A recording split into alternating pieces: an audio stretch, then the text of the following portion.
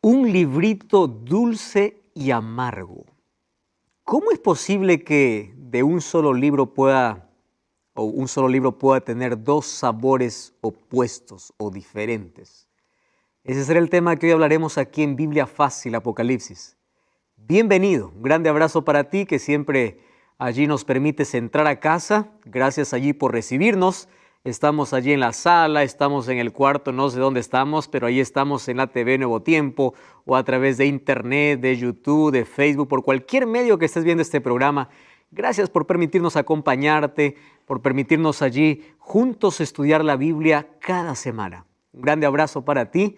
Estoy aquí junto a mis amigos que dejaron sus países por unos días para poder grabar esta temporada y para que juntos podamos comprender esta revelación extraordinaria que Dios tiene para nosotros. Saludos, Dios te bendiga y una vez más, gracias por acompañarnos. El tema de hoy está impresionante.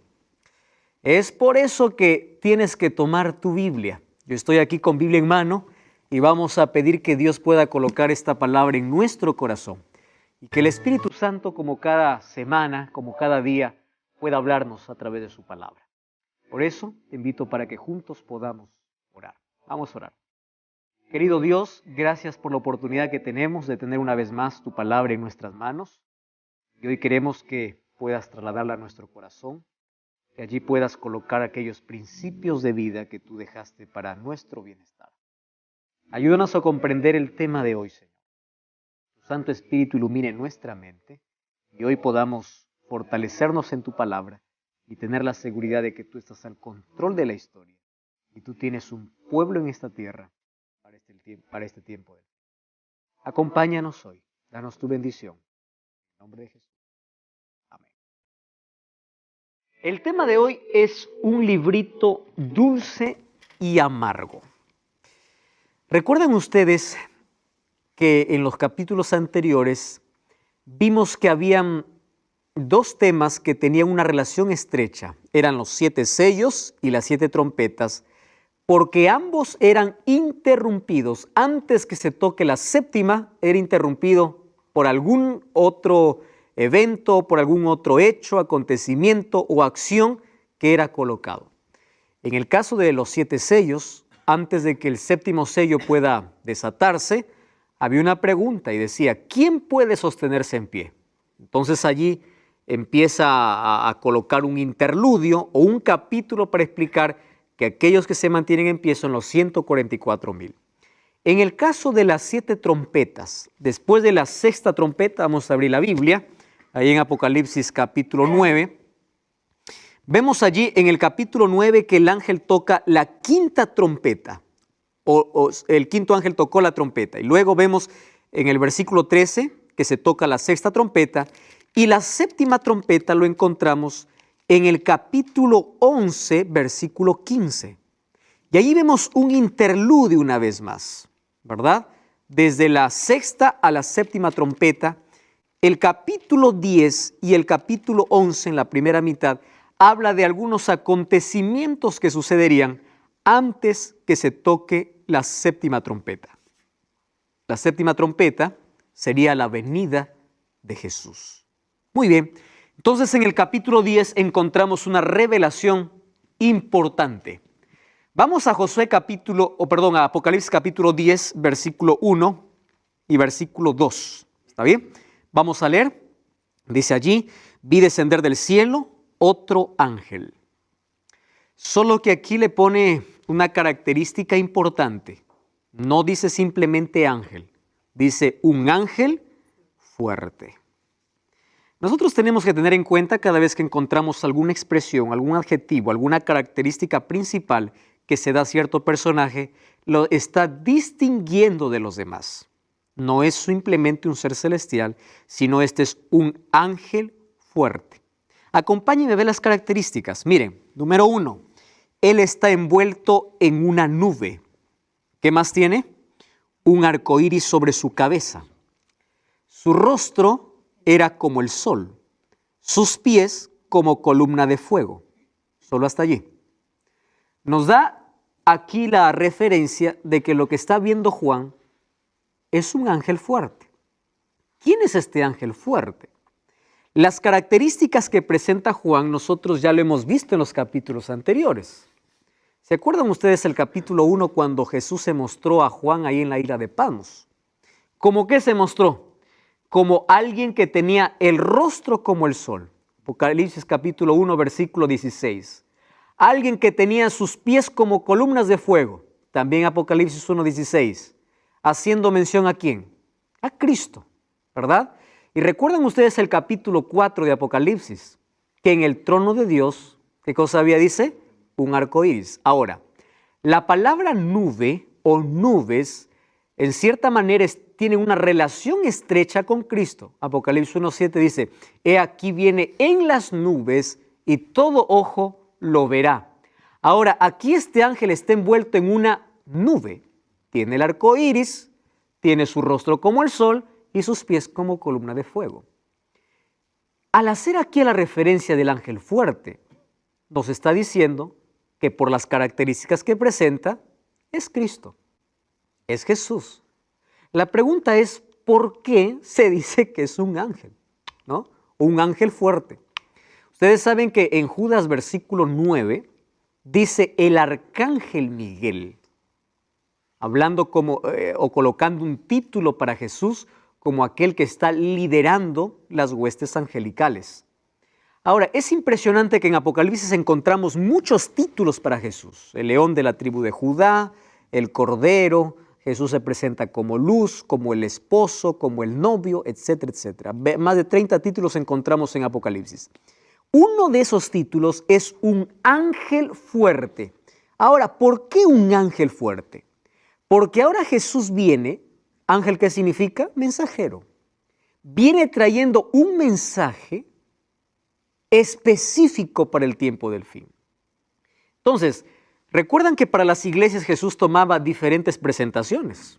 A uno le decía el que tiene los 7 espíritus, a otro le decía el que tiene las llaves de David, etcétera, etcétera. Ahora, para el pueblo del tiempo del fin, Cristo se presenta como un mensajero. No es que Él sea un ángel o un ser creado, Él es Dios. Pero aquí tiene un mensaje importante que dar. Ahora, no es la primera vez que Jesús se presenta como ángel. Cuando nosotros vamos a Josué capítulo 5, versículo 13 al 15, nosotros vamos a encontrar que Josué estaba listo para una batalla. ¿Recuerdan ustedes aquella escena donde él vio un general, un hombre delante de él? Y él le hace la pregunta y le dice, ¿tú eres de los nuestros o de nuestros enemigos? Y él le dice, no, yo vengo de parte del cielo, soy el príncipe del cielo. ¿Por qué sabemos que la referencia o el personaje que se presentó a Josué es también Jesús? Porque Josué lo adoró y el ángel aceptó la adoración. Un ángel, que es un ser celestial o un ser creado, no acepta la adoración de un ser humano.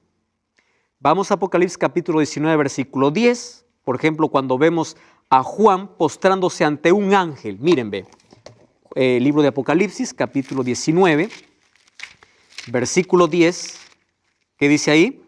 Entonces yo me postré a sus pies para adorarlo, y él me dijo, mira, no lo hagas.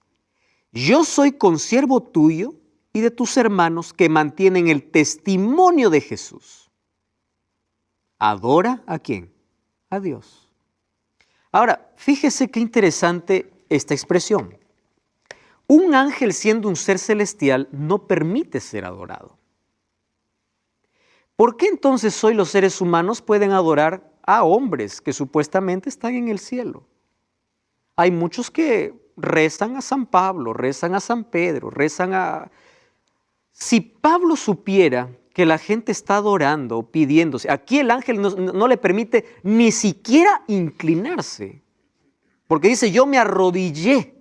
Ese acto de reverenciar, de arrodillarse, ya es adoración en la Biblia. ¿Correcto? Yo me arrodillé para adorarlo. Entonces dice, no lo hagas.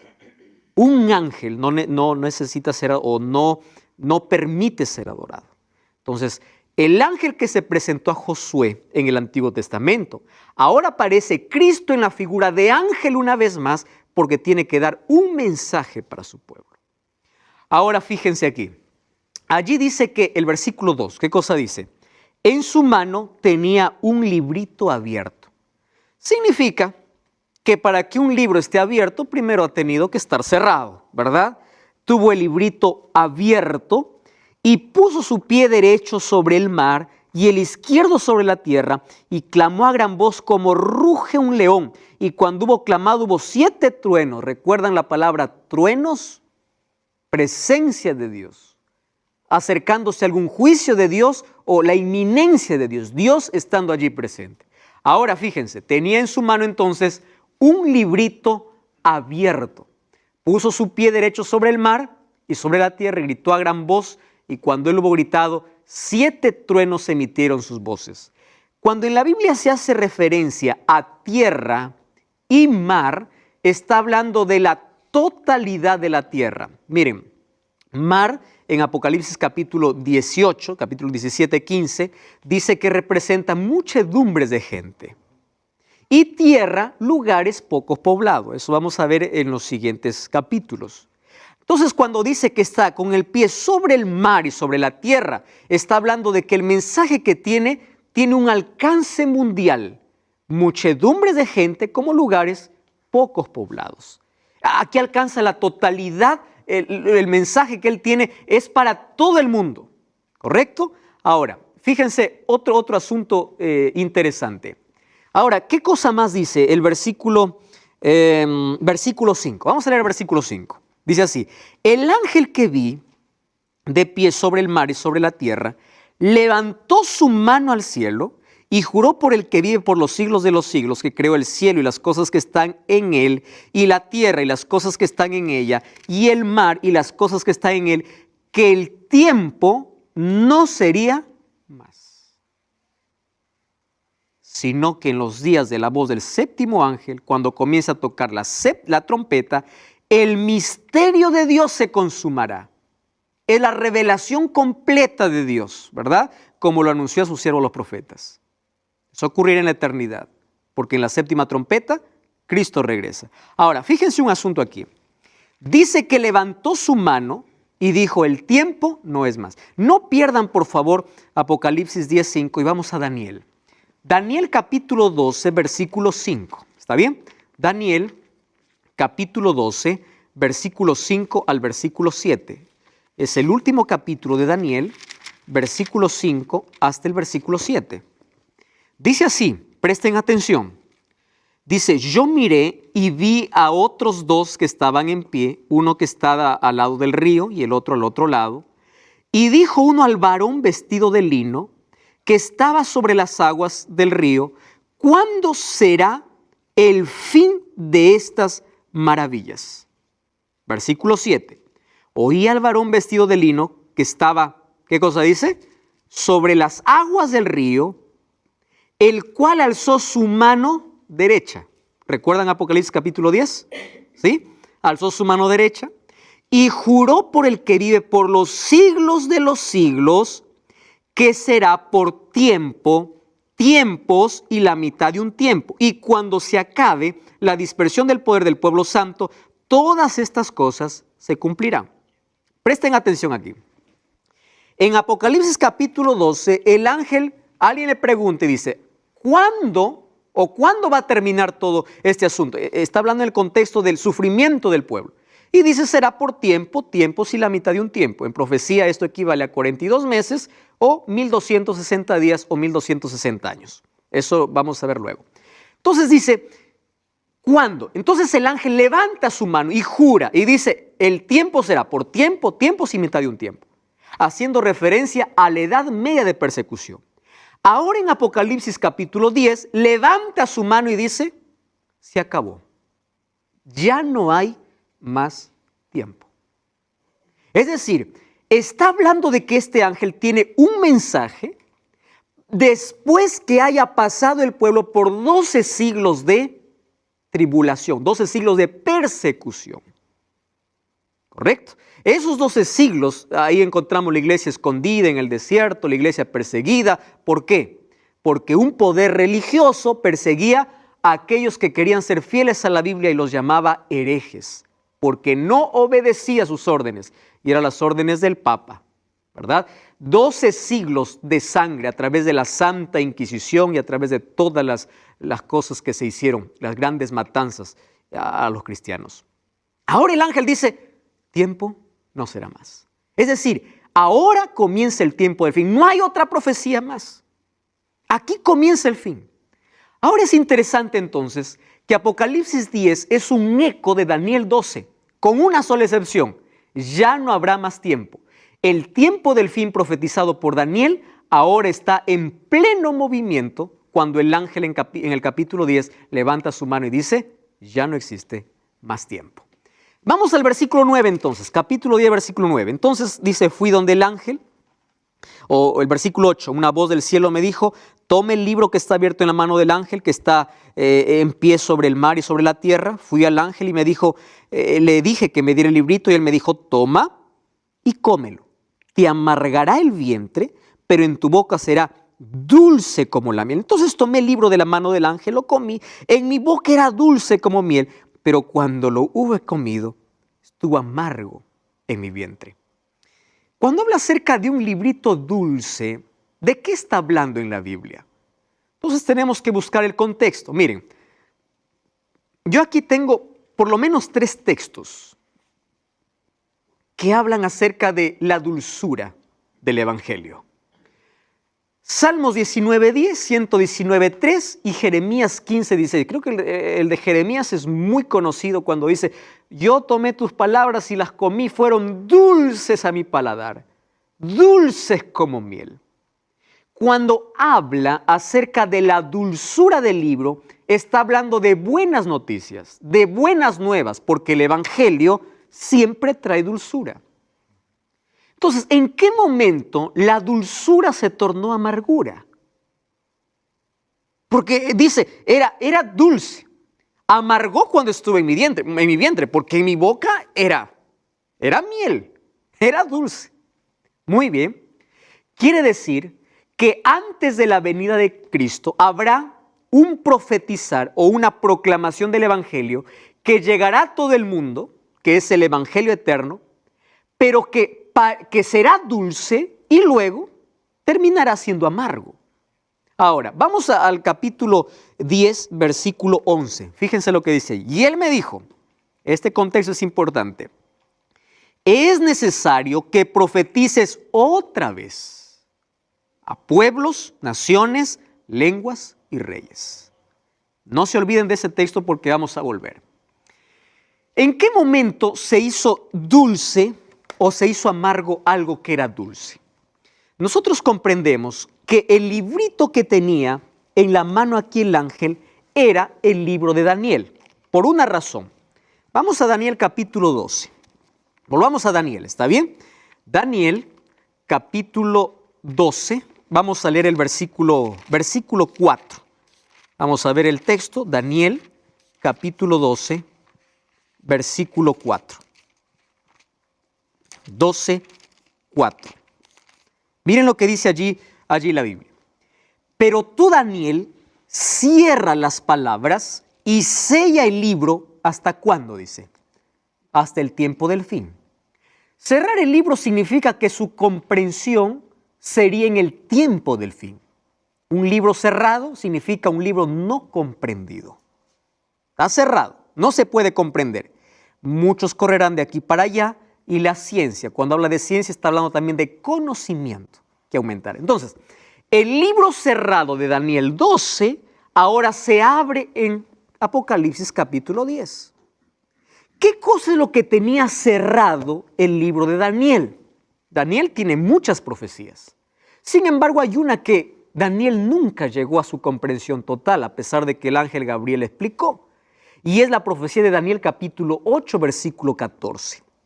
Cuando dice, y él me dijo, hasta 2300 tardes y mañanas, el santuario será purificado.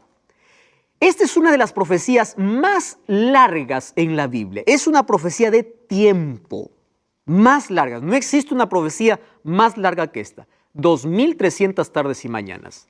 La referencia tarde y mañana está sacando de Génesis capítulo 1.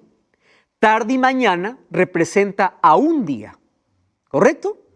Ahora, Ezequiel 4:6 Y Números 14:34 dice que un día equivale a un año. Entonces, tarde y mañana, un día, Génesis capítulo 1. Números 14:34 y Ezequiel 4:6 dice que en profecía un día equivale a un año. Cuando dice 2300 tardes y mañanas, está hablando de un periodo de 2300 años, que comprobamos en la historia, que fue un tiempo que abarcaba desde el tiempo judío hasta el tiempo del fin. Mas eso no es una interpretación nuestra. Vamos a ver que en el año de 1840 en adelante aparece un hombre bautista, él es bautista, llamado Guillermo Miller, él es un agricultor, dedicó varios años de su vida al estudio de las profecías de Daniel. Y una de las cosas lindas que encontramos en la Biblia es que cuando alguien investiga la Biblia y pide la dirección de Dios, el Espíritu Santo siempre le muestra una verdad.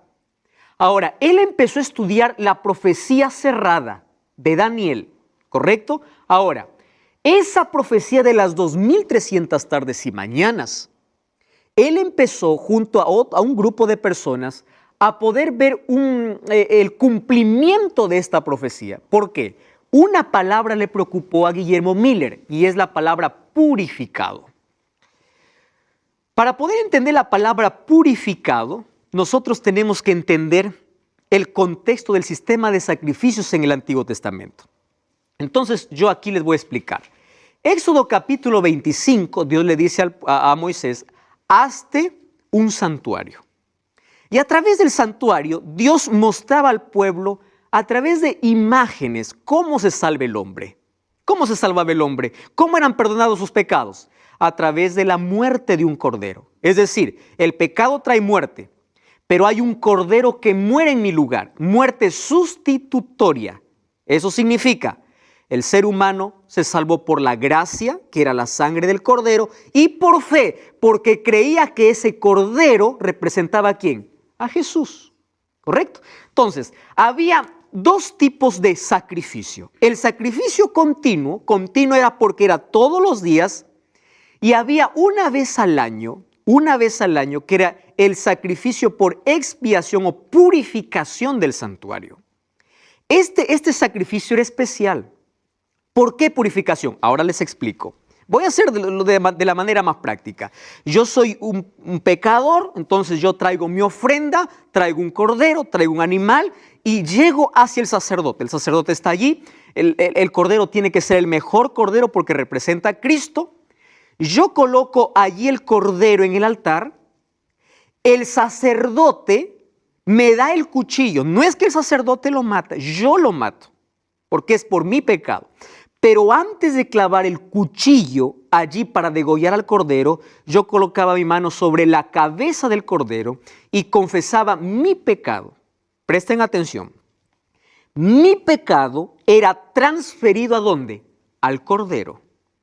Yo degollaba el cordero, ese animal inocente moría por mí. Allí me daba cuenta lo peligroso que es el pecado y tenía fe que el verdadero cordero un día iba a venir a morir en mi lugar. El sacerdote tomaba la sangre de ese sacrificio, esa sangre que se derramaba en el altar. ¿Recuerdan ustedes los santos clamando debajo del altar? La sangre de los santos. Esa sangre, el sacerdote lo llevaba al lugar santo. En el lugar santo había las mesas de proposición, había un candelabro y había allí el altar de incienso. Sobre los cuernos del altar mojaba con la sangre. Luego asperjaba allí en las cortinas. Entonces el sacerdote salía y yo era perdonado. ¿Cuál fue el proceso? Mi pecado se transfirió ¿a dónde? Al cordero. Y por medio de la sangre, mi pecado entraba ¿a dónde? Al santuario. Y el santuario necesitaba ser purificado. Ese día de purificación se llamaba el día de juicio para el pueblo de Israel. Era un día de juicio. Aquel que no estaba limpio, aquel que no había confesado sus pecados, moría. Entonces, el sacrificio continuo lo hacía el sacerdote. El sacrificio de purificación, el sumo sacerdote, que una sola vez al año entraba ¿dónde? Al lugar santísimo. ¿Qué había en el lugar santísimo? El arca de pacto, estaba la vara que floreció de Aarón, estaba el maná y estaban las tablas que Dios le dio a Moisés, que eran las tablas de la ley de Dios. Allí estaba el arca. La presencia de Dios descendía, la gran Shekinah, la gloria de Dios. El sumo sacerdote entraba y estaba allí en contacto con esa luz celestial, que era la presencia de Dios. Después de hacer la purificación del santuario, salía el sumo sacerdote, todo el pueblo estaba orando afuera y afuera se celebraba la victoria. ¿Por qué? Porque afuera estaban esperando un animalito.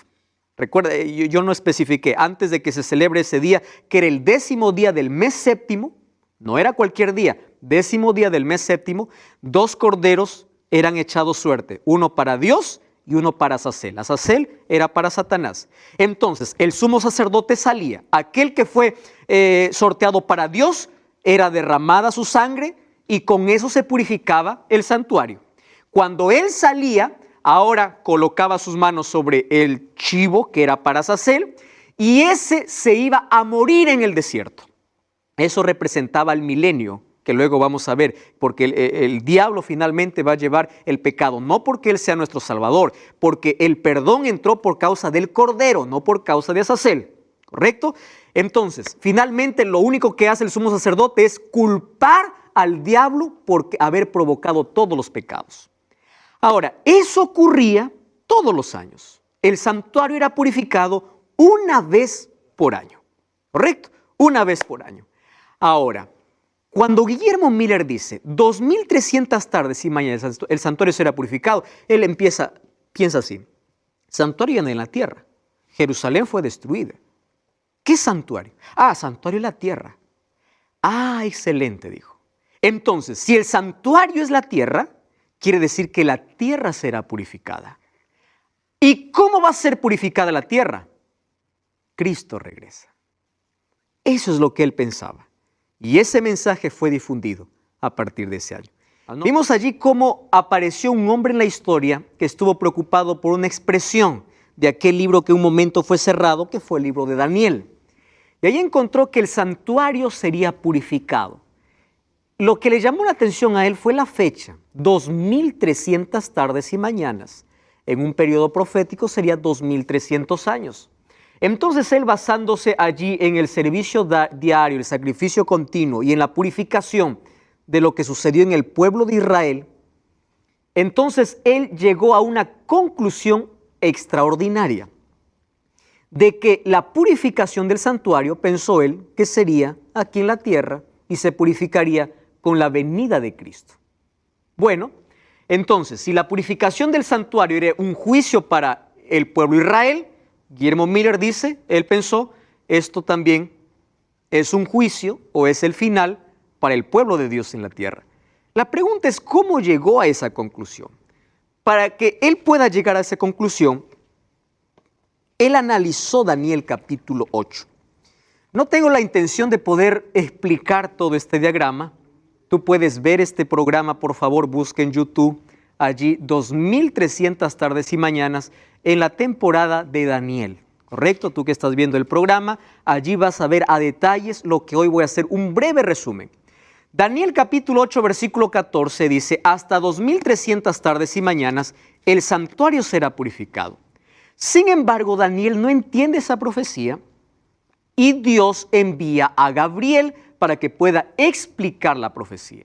Y la explicación la encontramos en Daniel capítulo 9. Vamos a abrir la Biblia entonces en Daniel capítulo 9, versículo 24. ¿Está bien? Allí dice, vamos al versículo 22. Me hizo entender y me habló diciendo, Daniel, he salido para darte sabiduría y entendimiento. Al principio de tus ruegos fue dada la orden y he venido para enseñarte. ¿Qué cosa había venido a enseñar?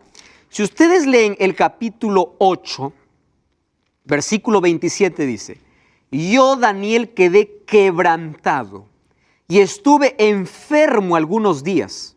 No atendí los negocios del rey, estaba espantado a causa de la visión que no entendía. No entendí. Entonces el capítulo 9 dice, yo me puse a orar. Daniel empieza a orar y allí aparece el ángel y dice, bueno, Entonces te voy a enseñar. Ya oraste, tranquilo. He venido para enseñarte. Señor, no entiendo. ¿Qué estás hablando? 2300 tardes y mañanas.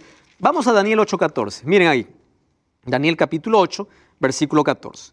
Y dice, entonces él me dijo, hasta 2300 tardes y mañanas, luego el santuario será purificado. Correcto.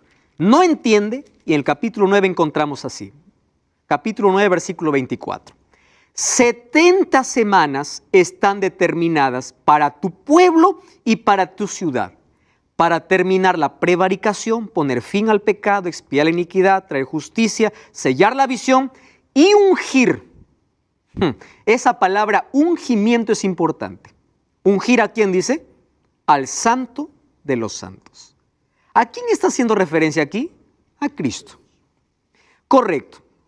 Sabe y entiende que desde la salida de la orden para restaurar y edificar Jerusalén hasta el Mesías príncipe, dice, habrá, miren cómo divide, 7 semanas y 62 semanas. Ahora, 62 más 7, ¿cuánto es? 69. ¿Es así o no? ¿Y cuántas semanas estaban determinadas para su pueblo? 70. Entonces le dice, mira, desde la salida de la orden hasta el Mesías príncipe, ¿habrán cuánto? 62 más 7, 69 semanas, solo que lo está dividiendo en 2 partes. Se volverá a edificar la plaza, el muro en tiempos angustiosos. Después de las 62 semanas se quitará la vida al Mesías. ¿De qué está hablando? De la muerte de Cristo. Es decir, esta es una profecía mesiánica. Dice, se quitará la vida al Mesías, nada le quedará, etcétera, etcétera. Y allí se destruirá la ciudad, el santuario. Versículo 27. Por una semana más se confirmará el pacto a muchos y a la mitad de semana haré cesar el sacrificio y la ofrenda. Esto parece un trabalengua, ¿verdad? Dice, 70 semanas, de las 70 semanas están divididas así. 7 más 62. ¿Cuánto es? 69. ¿Cuánto falta? Una semana. Dice, en la última semana hará el pacto sobre muchos y a la mitad de semana hará cesar el continuo. ¿Qué continuo está hablando? El sistema de sacrificios. Por eso es que cuando Cristo murió en la cruz, el velo se rasgó de arriba hacia abajo. No más sacrificios. Cristo con su sacrificio cesó el continuo. ¿Continuo qué? El sistema de sacrificios que durante todo el antiguo Israel venía celebrando, que era la sombra de la venida de Cristo. Es claro aquí 3 asuntos. Número 1, ungir al Santo de los Santos. A la mitad de semana haré cesar el continuo sacrificio, que es la muerte de Cristo, y dice, se quitará la vida ¿a quién? Al Mesías. ¿Correcto? ¿De qué está hablando? Del ministerio de Jesús. No hay vuelta aquí para dar. Ahora, entonces dice, de las 2300 tardes y mañanas, 70 son para tu pueblo. El resto deja para el tiempo del fin. 70 son para tu pueblo. Ahora, 70 semanas multiplicando por 7 días que tiene cada semana, serían 490 años. ¿Cómo nosotros aplicamos los años? Día por año según Ezequiel 4:6 y número 4:34, ¿correcto? 70 semanas o 490 años estaba cortado. Cuando dice determinado, la palabra hebrea es cortar. De los 2300, 490 están cortados para tu pueblo. Ahora fíjense, entonces 70 semanas estaría para el pueblo judío. La pregunta es, ¿cómo sé cuándo inicia? Entonces allí me da la aclaración y dice así, se entiende pues la orden y entiende la visión.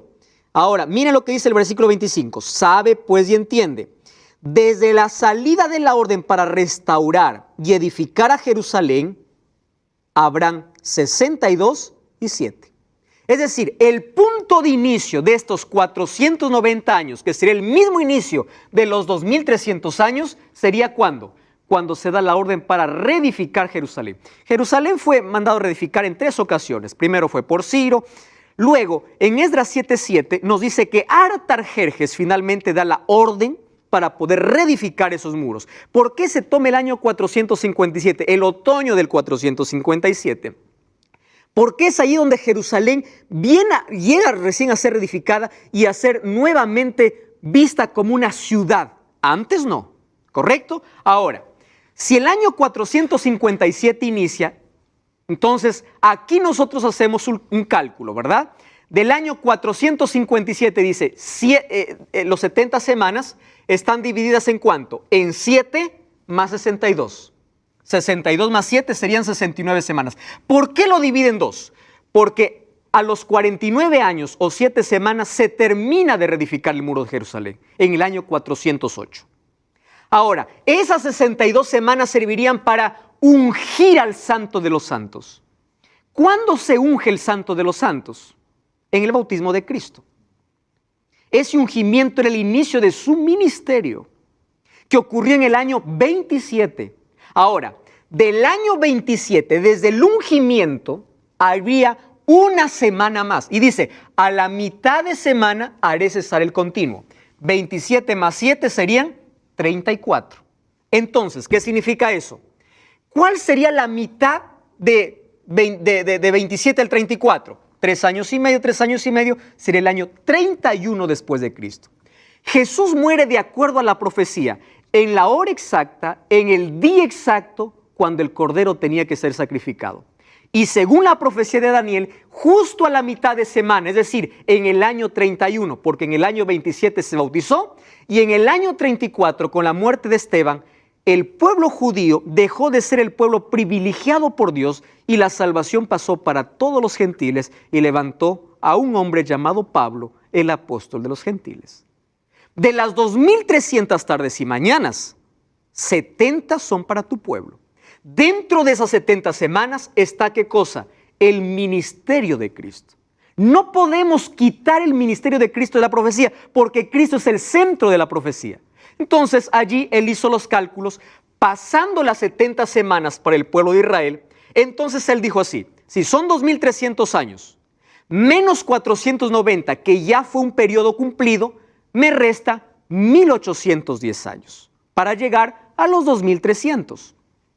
Él se reunió, Guillermo Miller, con otro hombre llamado Samuel Snow. Y Samuel Snow, viendo el calendario, no el calendario gregoriano, sino el calendario judío, ¿correcto? Empezó a hacer los cálculos y dijo, si de los 2300 ya está cumplido 490 años que fueron para el pueblo de Israel, entonces si sumamos a ellos los 1810 años, llegaron justo con una fecha que era el día de juicio para Israel, que era un 22 de octubre del año de 1844. Ahora, aquí se armó un movimiento religioso en los Estados Unidos. Digo movimiento porque no era iglesia. No era iglesia, era un movimiento. Este movimiento, ¿qué cosa proclamaba? Proclamaba de que Cristo vendría el 22 de octubre de 1844.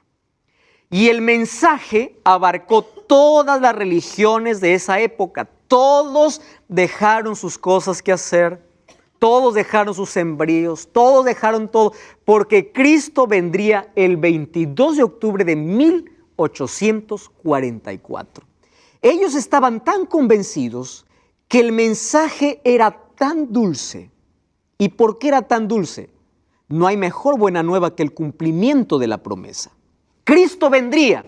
Ahora, él no solamente se basó allí en las fechas que ya los mostramos, sino que según el capítulo, vamos a Daniel capítulo 7, vemos una escena de juicio después de los 1260 años de persecución.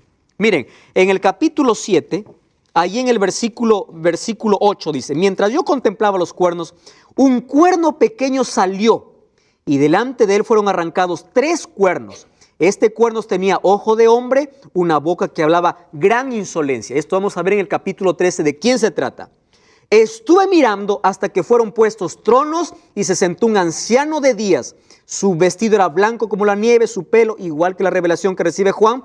Y allí miren lo que dice el versículo 10, la parte final. El juez se sentó y los libros fueron abiertos. ¿Qué significa aquí? Una escena de juicio. Entonces presten atención. Guillermo Miller levantó un movimiento Y ese movimiento decía, Cristo viene, era tan dulce que dejaron todo porque se querían preparar para la venida de Cristo. Sin embargo, el 22 de octubre de 1844, Jesús no vino. Entonces el mensaje fue una amargura, fue un chasco.